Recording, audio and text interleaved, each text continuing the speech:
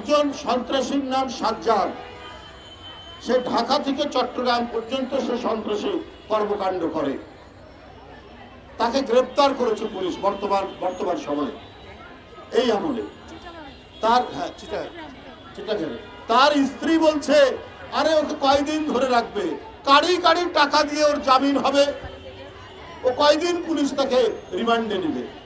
দেখুন টাকার কি গরম, টাকার কি আধিপত্য, টাকার কি মাহাত্ম্য, যে টাকা দিয়ে আইন কিনে নেবে, টাকা দিয়ে আদালত কিনে নেবে, টাকা দিয়ে পুলিশ কিনে নেবে।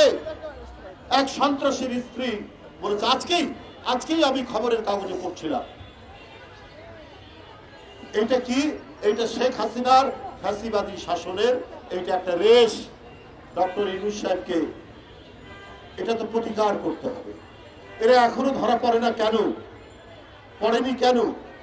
আরো তো এরকম প্রচুর টাকাওয়ালারা বিভিন্ন জায়গায় তারা অবস্থান করছে এবং এরাই সমাজকে নানাভাবে কলঙ্কিত করবেন, সমাজকে নানাভাবে বিকৃত করবেন এবং এরা তা করছেন যাতে আপনার সরকারের বিরুদ্ধে সমালোচনা করা যায়, গণতান্ত্রিক আন্দোলনে যারা ছিল তাদের বিরুদ্ধে কলঙ্ক লেপন করা যায়। ভারত থেকে এই ধরনের ষড়যন্ত্র, এখান থেকে যারা পালিয়ে গেছেন তারা কিন্তু এই কাজগুলো করবেন।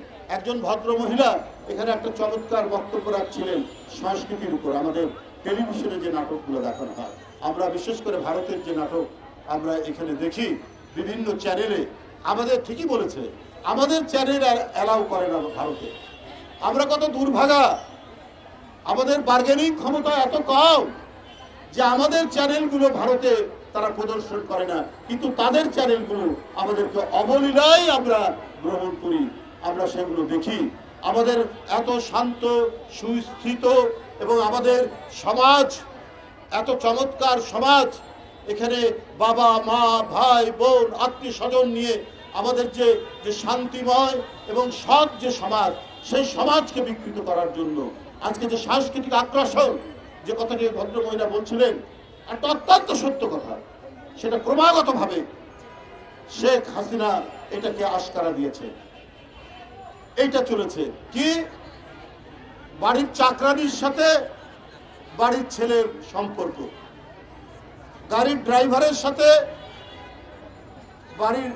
বাড়িতে বাপের বোন ফুপুর রিলেশন, এই হচ্ছে ভারতীয় নাটকের কালচার। আপনি দেখবেন প্রায় জায়গায়, প্রায় অবস্থায়। আর ভারতে যে প্রায় 80-85% যে গরিব মানুষের জীবন নিয়ে কোনো নাটক নেই, গরিব মানুষের জীবন নিয়ে সেখানে কোনো ধরনের সাংস্কৃতিক কোনো কর্মকাণ্ড আমরা টেলিভিশনে দেখি না। একেবারে একটা বিকৃত চার, যেটা ভারতের যে আদি কালচার সেটার সাথেও মেলে না। এই সমস্ত বিকৃত কালচারের কারণে আজকে সমাজের মধ্যে এই জঘন্যতম নারীর উপর নানা ধরনের যে আক্রমণ, নারীরা আজকে যে বিভিন্নভাবে আজকে নির্যাতিত হচ্ছে। আসিয়ারা, ওই বাচ্চা 8 বছরের মেয়ে, আজকে ধুকতে ধুকতে নির্যাতিত হয়ে ধুকতে মারা গেল। এটার কারণটাই হচ্ছে এই সাংস্কৃতিক, এই বিকৃত চার সাংস্কৃতিক আগ্রাসনের মধ্যে বাংলাদেশ পড়েছে। কারণ শেখ হাসিনা এইটাকে জিইয়ে রাখার জন্য, এটাকে ধরে রাখার জন্য তিনি সর্বান্তকরণ চেষ্টা করেছেন এবং যার কারণে তিনি আজকে পুরস্কার পাচ্ছেন। সেখানে তিনি পালিয়ে গেছেন, তাকে সযত্নে সেখানে রাখা হয়েছে। কিন্তু আমরা যে একটা স্বাধীন দেশ, দেওয়া নেওয়ার মধ্যেই তো সম্পর্ক। আপনার চ্যানেল এখানে চলবে, আমাদের চ্যানেল আপনাদেরকে চালাতে হবে। এই যে চালাতে হবে, এই কথাটা বলার, এই ধরনের একটি সাহসী অদম্য অহংকার করার জাতীয়তাবাদী নেতা বেগম খালেদা জিয়াকে এই কারণেই বন্দী করে রাখা হয়েছিল। তিনি এই কথাটা বলতে পারতেন, তারেক রহমান এই কথা বলতে পারতেন, বিএনপির ভারপ্রাপ্ত চেয়ারম্যান। এই কারণেই তাদের বিরুদ্ধে মামলা, এই কারণেই তাদেরকে জেলে রাখা হয়েছে, এই কারণেই তাদেরকে দেশে আসতে দেওয়া হয়নি। শেখ হাসিনা তো সেটা করবেন না। ডক্টর ইউনূস সাহেব, আপনি প্রধান উপদেষ্টা, মানুষের বিশ্বাস আপনার উপর। আপনি চাই আপনার হাত দিয়ে একটি অবাধ সুষ্ঠু নির্বাচন নিশ্চিত হবে। আপনি যে কয়দিন ক্ষমতায় থাকবেন, আপনি অবাধ সুষ্ঠু নির্বাচনের মাধ্যমে জনগণের প্রতিনিধির কাছে ক্ষমতা হস্তান্তর করবেন।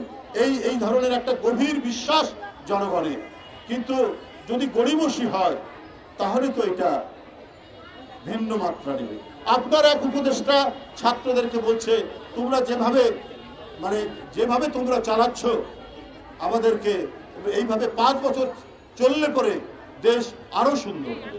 তারপরে নির্বাচনের দরকার নেই, গণতন্ত্রের যে নিশ্চয়তাগুলো আছে, আপনার আইনের শাসন, ন্যায় বিচার, আদালতের ন্যায় বিচার এবং সংবাদপত্রের স্বাধীনতা, এগুলো তো গণতন্ত্রের উপাদান।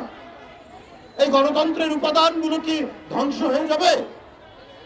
আমি সেই উপদেষ্টার কাছে বলতে চাই যে এটার জন্যই তো লড়াই।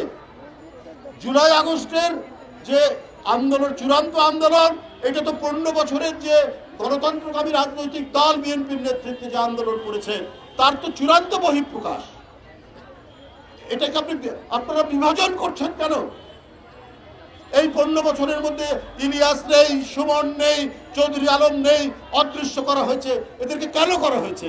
কারণ এরা সোচ্চার ছিল অবাধ সুষ্ঠু নির্বাচন এবং ফ্যাসিবাদ থেকে বাংলাদেশের মুক্তিকর ঘটানো।